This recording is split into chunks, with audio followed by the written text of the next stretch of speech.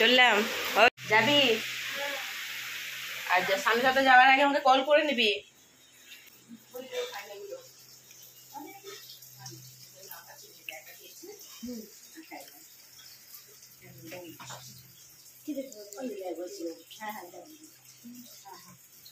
আজকে তুমি ইয়ে যাবে না? হ্যাঁ যাবো, একটা যাবে। আসলাম। এইটা কি অটো ইয়ে শুরু হয়ে যাবে তো? হ্যাঁ জানি না, ঠিক আছে। Good morning, welcome back to my channel. আপনারা সবাই কেমন আছেন? আসলে সবাই খুব ভালো আছেন। তো একটা নতুন ব্লগে আমি আপনাদের সবাইকে স্বাগত জানাই। এখন আমি বাড়ি যাবার পালাম। এখানে মেঘাও ঘুম থেকে উঠে বেরিয়ে পড়েছে রেডি হয়ে, আমিও বেরিয়ে গেছি। এখন যাচ্ছি স্টেশনের দিকে, ওখানে টিকিট কেটে তারপরে ওখানে ট্রেন ধরে তারপরে গিয়ে নামবো বাড়িতে। তো চলুন আগে স্টেশনে যাই।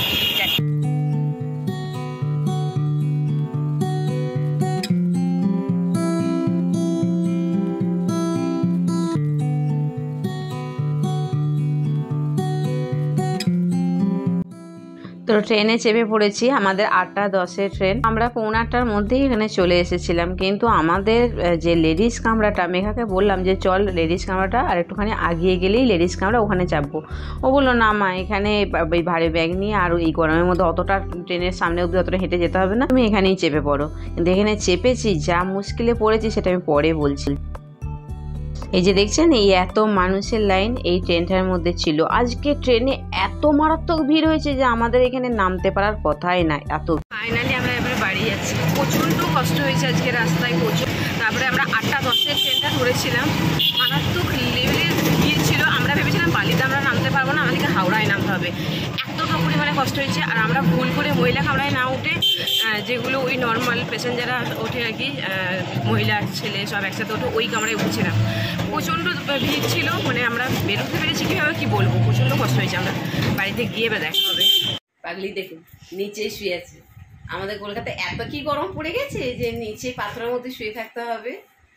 ঠান্ডাটা যা লাগবে না, মানে বলার মতো নয়। আমি বাড়িতে এসেছি, বাড়ির অবস্থা কি করে গেছে, এলো মেলো থেলো। ওখানে দেখুন প্যান্ট পরে আছে আর পরে আছে, দেখানোর মতো নয়। স্বাভাবিক ঘরে যিনি ঝি গুছিয়ে টুছিয়ে রাখেন তিনি নেই, ঘর পরিষ্কার থাকবে এটা এক্সপেক্ট করাটা উচিতও নয়। তো এসে আমার অবস্থা খুবই খারাপ হয়ে গেছিলো। মেঘারও সেম। মেঘা তো অলরেডি এসে স্নান টান করে ভাত 12টা বাজে নেই ভাত খেয়ে শুয়ে পড়েছে। ভাতটা পিন্টু সকালে করে রেখেছিল। ডাল ফ্রিজে ছিল, সেটা বের করে গরম করা হয়েছে। চিকেনও ওর কি মনে গেছিলো 2 পিস দিদিতেনা রেখেছিলো, সেটা গরম করে ওকে দেওয়া হয়েছে। আর মনি ধনে পাতা কেটে গরম গরম ধনে পাতা আমাকে পকোড়া করে দিল, আর আলু ভাতে। এই দিয়ে আমি ভাত খেলাম, যেহেতু নিরামিষ আমার, এই দিয়ে খেলাম। আর ওরা চিকেন ডাল আর ভাত এই খেয়েছে। এবার এখন একটুখানি রেস্ট করবো, আবার বিকেলে দেখা করছি। Good evening. তো এখন মনি রেডি হয়ে গেছে, ওকে যাচ্ছি টিউশনতে দিতে। তো টিউশনের আগে দিয়ে আসি, এসে তারপর কথা বলবো। এখনো পর্যন্ত আমার চা খেতে সময় হয়নি। চা বলতে একটুখানি গ্রিন টি খাবো। তো গ্রিন টিটা খেয়ে নিয়ে তারপর আজকে পিন্টু দোকান যাবো কি যাবো না জানি না, আমার ঠিক নেই।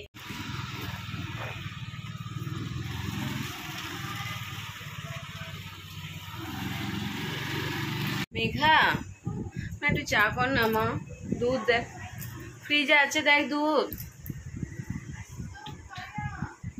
ও বাবা টায়ার লাগছে, পারি না মা, দুধ চা করতে পারি না বললেই তো আর তো আর কিছু এর উপর আর কোনো কথা নেই।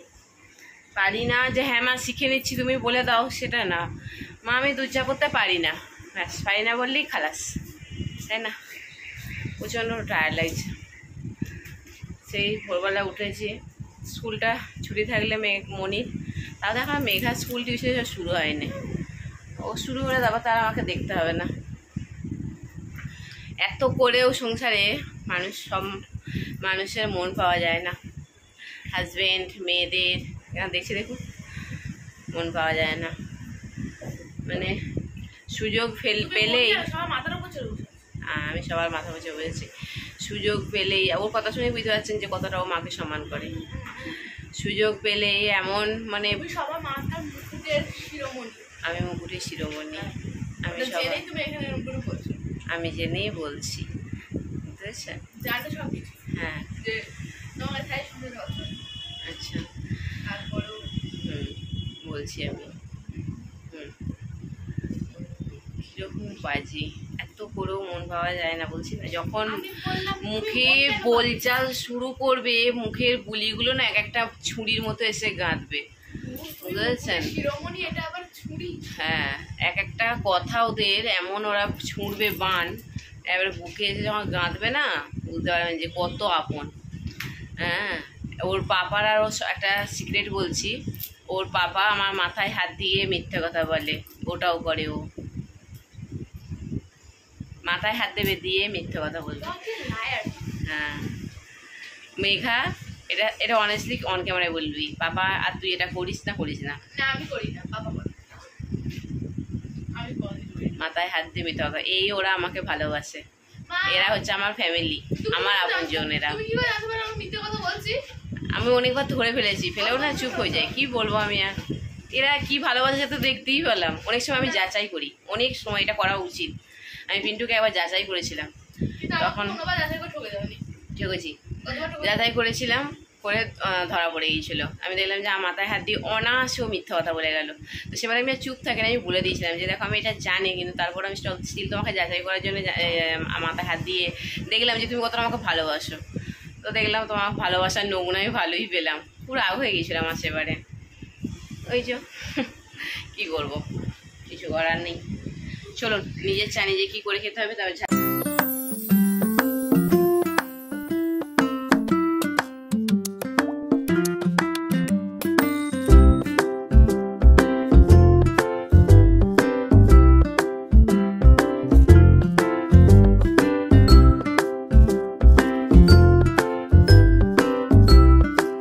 তো নিজের চা নিজেই করে খেলাম, খেয়ে তারপরে এই যে আমাকে কি চা করে দেবে, তার জায়গায় মহারানীকে এখন সেবা করতে হবে। চুলটা কিরকম জোর পড়েছে দেখো, ওই যে ট্রেনে আরে এসেছে তো ওই হাওয়াতে প্রচুর জোর পড়ে গেছে। ওই চুলটাকে আছি দিয়ে তারপরে এই যে খোপা করে দিলাম।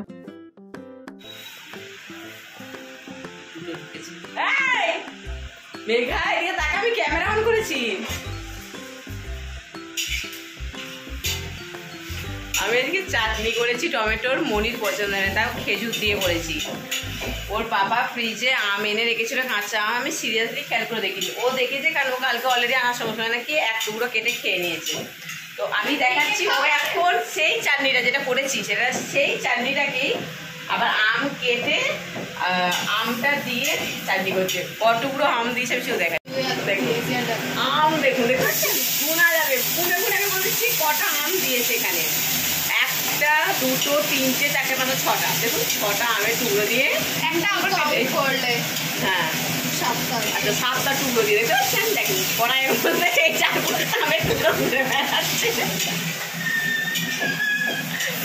কড়াইয়ের মধ্যে এই 4-5টা আমের টুকরো ঘুরে বেড়াচ্ছে শুধু।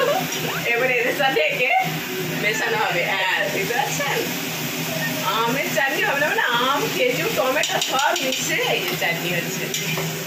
দেখেন সন্ধ্যাবেলা টিফিনে গিয়ে আমের আম দিয়ে টমেটো দিয়ে চাটনি করে কে খায়, এটা হচ্ছে টিফিন। আর এই যে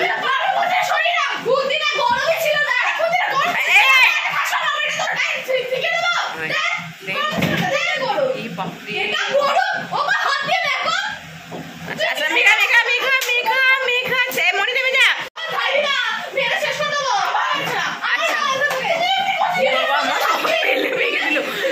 মেঘা মেঘা থেমে যা, মেঘা থেমে যা, মেঘা থেমে যা, তুই তোর পেঁয়াজি পুড়ে গেল মেঘা, আমি তো তোর দিকে কনসেন্ট্রেট করতে ভুলে গেছি। বাবা মেঘা পেঁয়াজি করছে দেখুন সন্ধ্যাবেলা মুড়ি খাওয়ার জন্য। দেখেন মেঘার কত গুণ আছে দেখতে পাচ্ছেন, আমি তো ওটা দেখাতে ভুলেই গেছি।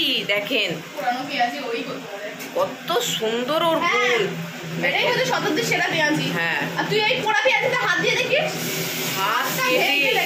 হ্যাঁ হাত ভেঙে রেখে দেবো। ওই একটা কি ডায়লগ আছে না মেঘা, শোলে বইতে, ওই ডায়লগটা বল। শোলে শোলে না কি বইটা ছিল, দিয়ে দে ঠাকুর। তুই ওর পেঁয়াজি হাত লাগালেই কিন্তু এই ডায়লগটা সত্যি হয়ে যাবে। তার মতো মনি তুই হাত লাগাবি না। আরে পেঁয়াজির মধ্যে দে না, গরম তেলের মধ্যে হাতটা ডোবা, ওখানেই গলে থেকে যাবে একদম পুড়ে, তখন মেঘাকে পুরো পরিশ্রমই করতে হবে না। তোর পেঁয়াজির মধ্যে আমি হাত দেবো, দেখবি এক্ষুনি গরম তেলের মধ্যে হাতটা চুপিয়ে মনে দিয়ে দে। দেখ পেঁয়াজি দুটো ভীষণ জ্বালাতন করে, দুটো কিচেনে ঢুকেছে। সেটা অবস্থা আমার ডাস্টবিনের অবস্থা থেকে নিয়ে কিচেনের অবস্থা যে কি করে এরা বেরোবে। এই ছাড়, এখন হয়ে গেছে, থেমে যা। আচ্ছা আচ্ছা তখন বললাম ওটা আগে আমার বাবা, আমি খালি বললাম আমি তো বাপের চাকর। বাপের চাকর নয় যখন, ওটা তুলে এখানে রাখি কেন রাখ? একটাকে এখান থেকে সরাই। তুমি আসার পরে বেশি ঝামেলা শুরু হলো। আমি হ্যাঁ ঝামেলা আমাদের ঘরে এরকম লেগেই থাকে। এখন এবার মুড়ি টুড়ি খাই, আমার খিদা পেয়েছে প্রচুর।